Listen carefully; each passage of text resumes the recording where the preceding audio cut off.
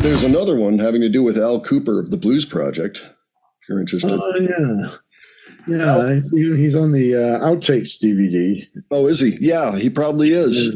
Al Kooper had just quit the Blues Project, said, I can't do this anymore, and he'd fled New York with his girlfriend to go to the West Coast. And first they went to San Francisco, figuring, well, that's a cool place, right? And they had somebody who was going to put them up. But that person hadn't told them that it was a flop house and it was full of people. And every day there were new people in there. And so they get there and it's just a madhouse, you know? And the way that they got to their room was they had to stand on the kitchen table and open up a little attic door and then climb up. That was it for them. And yeah, it was pretty bad. So, but eventually he got through to a friend of his named David Anderle, who's a famous painter. And well, he's also a famous music guy. What happened was he went down to Los Angeles to stay at David's place because David's like, oh, yeah, no problem. Come on down. He's like, oh, yeah, get me out of here. Get me out of this drug den or whatever this is in San Francisco. So he goes down there and it turns out that one thing they decided to do to help Al get his sanity back is the Monterey Pop Festival was just getting going. They were just starting, you know, the organization was just happening. So all of a sudden he's the assistant stage manager. And I think he's the guy that called up Fender for the amps and, you know, started getting bands booked and things. So everybody was surprised to see him there, but Blues Project itself did play there. And then Al played, I guess, separately, maybe with other artists. I'm not sure if he played by himself. Did you see him playing by himself?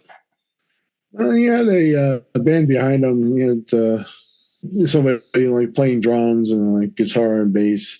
Okay. And he was on the organ. And yeah, you could tell he was having a great time because in the middle of the jam, you know, he like shakes his head and his glasses go flying off and he just keeps playing the organ. Good for him. And David Anderle, Al paid him back by, he was good friends with Jack Holtzman, who was the owner of Elektra Records. And right at that time, they were looking for somebody to kind of head a West Coast office for Elektra. And Al's like, well, how about my friend David Anderle? He's got all the skills. And so Jack and David Anderle got together and went on to actually do exactly that. David ended up heading Elektra, and he produced a lot of Elektra albums, you know, including things like Judy Collins. Okay. But he was the head out there on the West Coast. So it worked out great. So yeah, I guess so. Today, we're going to take a look at the Blues Project playing at the Monterey Pop Festival, playing Flute Thing, which is notable for a few reasons. One being the first electric flute known to rock and roll. You'll see the homemade pickup in there once we get started. I like it. I've heard it from the DVD. We're going to see a Tommy Smothers in a very special moment. Oh yeah, right. With the bear acid around, the Monterey purple that everybody backstage took, including Tommy. You can pretty much tell he's on another planet. But we'll forgive him. After all, he's at the Monterey Pop Festival. Yeah. All right. So a little preamble. Al Kooper is at the festival, but he is here because he split from Blues Project and had a little mental breakdown and then got the project of becoming the stage manager at the Monterey Pop Festival. So here they are without Al Kooper. No one's straight here either. So. He's really nervous when he says that. Yeah. To get things started, it's right up. Let's give a big hand to one of the real big talents, the fine writer and poet, and everything. One of the little people who makes big music, Mr. Paul Simon. Let's bring him on. The little people. Oh, man. That's what Paul Simon says next. I really didn't want to get into the scene of having one person to introduce another person.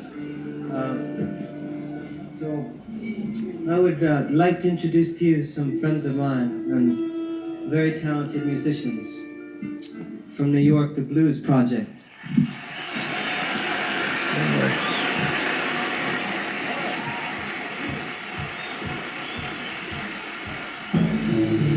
And there's that funky pickup.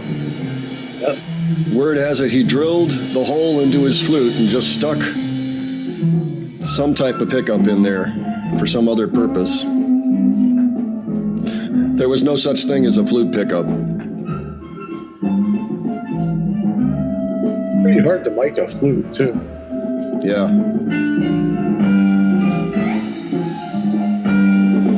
Yeah, this is even pre-Tull, Jethro Tull. Oh, yeah. I don't know what Ian Anderson did. The earliest performance by Jethro Tull that I know of is the rock and roll. Oh, the Rock and Roll Circus. Yeah, they're the first act on there. It's the one with Tony Iommi. Sorry.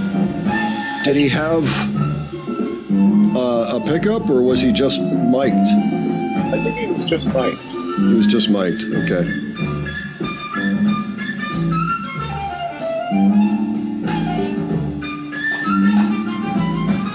This was the Blues Project's showcase song. You know, everybody gets a solo.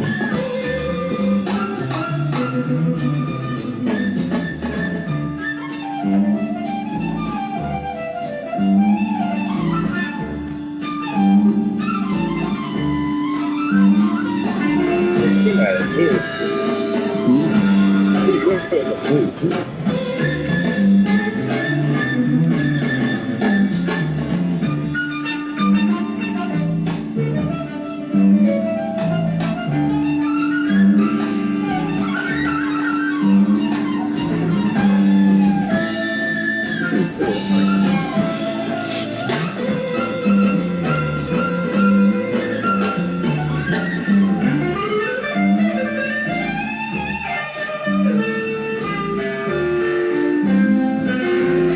There's the psychedelic part that comes up. Oh, yeah. It's very good use of the echo delay effect.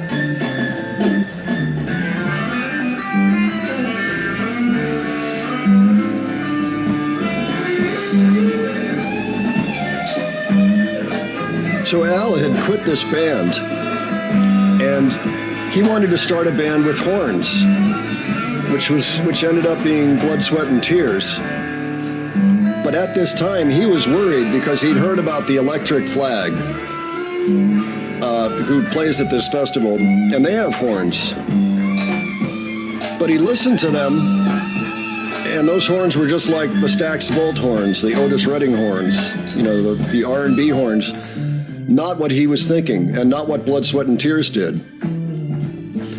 So when he heard that band, he felt a lot better.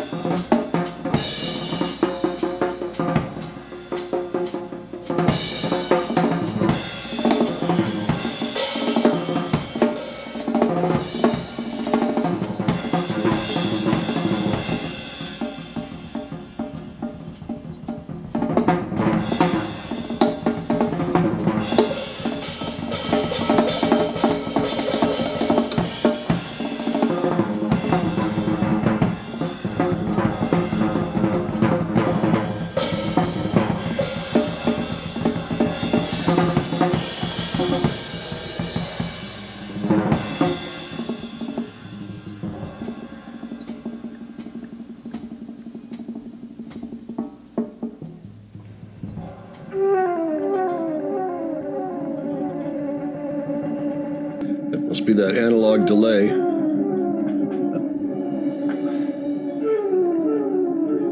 I was talking about.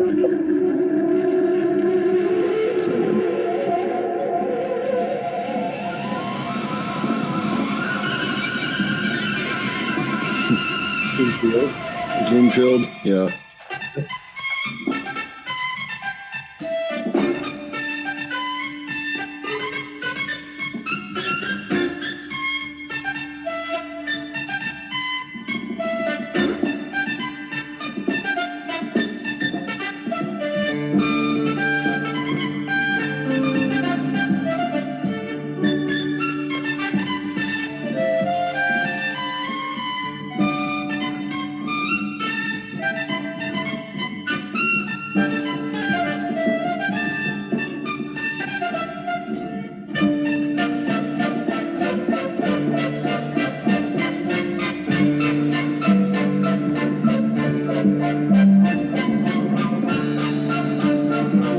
Apparently they flew in 100,000 orchids from Hawaii and gave every single participant there their own flower. That's why there's orchids on everybody.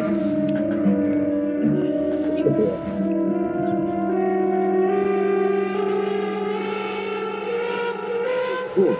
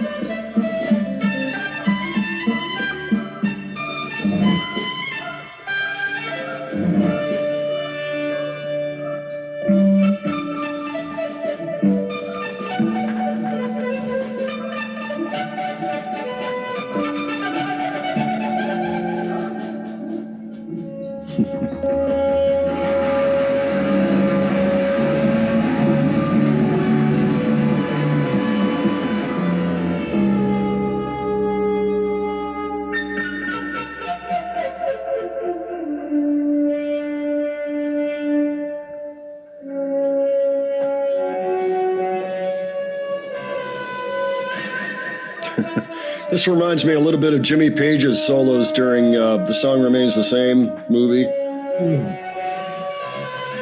Where he brings out the violin bow and he's using it on his guitar. Kind of a similar mood here.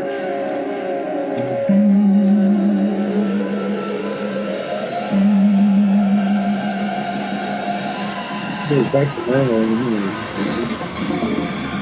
What's that? Goes back to normal in a minute, I think. Less psychedelic, more. Oh. Bringing back the structure. Yeah, exactly.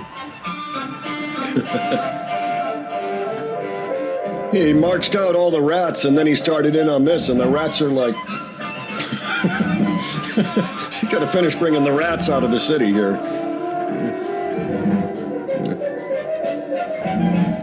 They haven't had any of the Monterey Purple. Say that again?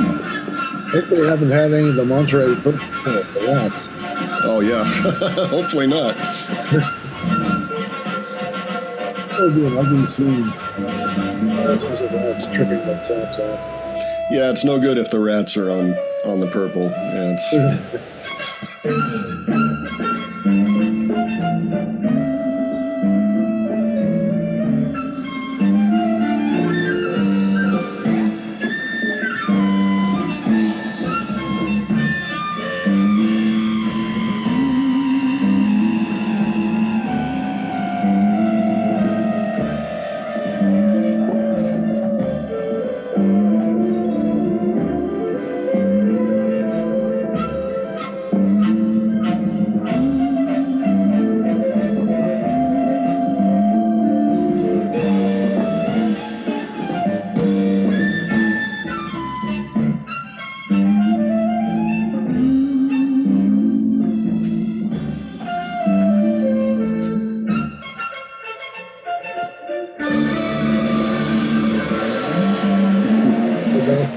That's Al, yep.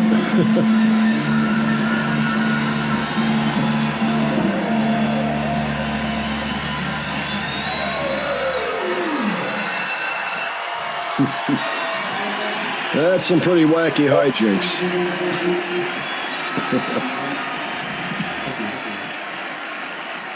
So, quite an interesting piece of music. Oh, yeah. I know a little bit about the Blues Project because I read Al Kooper's autobiography, which is called, let me see, Backstabbing Bastards, I believe is the name of the book. It's a great one. He talks about getting in and playing with Dylan in New York. He kind of faked his way into the recording studio, into the recording session for Like a Rolling Stone. And it just so happens that Dylan liked what he did on the organ. And so that was just a stroke of luck. So a little bit of hubris and then luck. And then there you go. He had a career. So anyway, I recommend that book because it's very amusing and it has a lot of history, including when he found Lynyrd Skynyrd in an Atlanta bar and then proceeded to produce their first 3 albums. And then the Tubes and all kinds of other things. As far as that performance goes, that was pretty interesting. They put out 3 albums. I know that, the Blues Project. The first one was a live one at the Cafe A Go-Go in New York City. And apparently there was an acting school right across the street. And so I know Rob Reiner was one of their regulars in the front row. You know, they did a couple other albums. They never got all that big, really. And once Al left, that was pretty much it for the band. But then the Blood, Sweat, and Tears chapter started up. But anyway, as far as that went, that was pretty interesting because I've never actually seen, I think Andy Kulberg is the flautist's name. I've never actually seen him in action. So it was interesting to see the pickup that he invented for that. Please subscribe if you'd like to see more of our antics here. And please leave a like if you enjoyed the video. In the meantime, if you have any other feedback for us, leave that as well. And we'll see what we can do. So till next time, take care, folks. Folks later.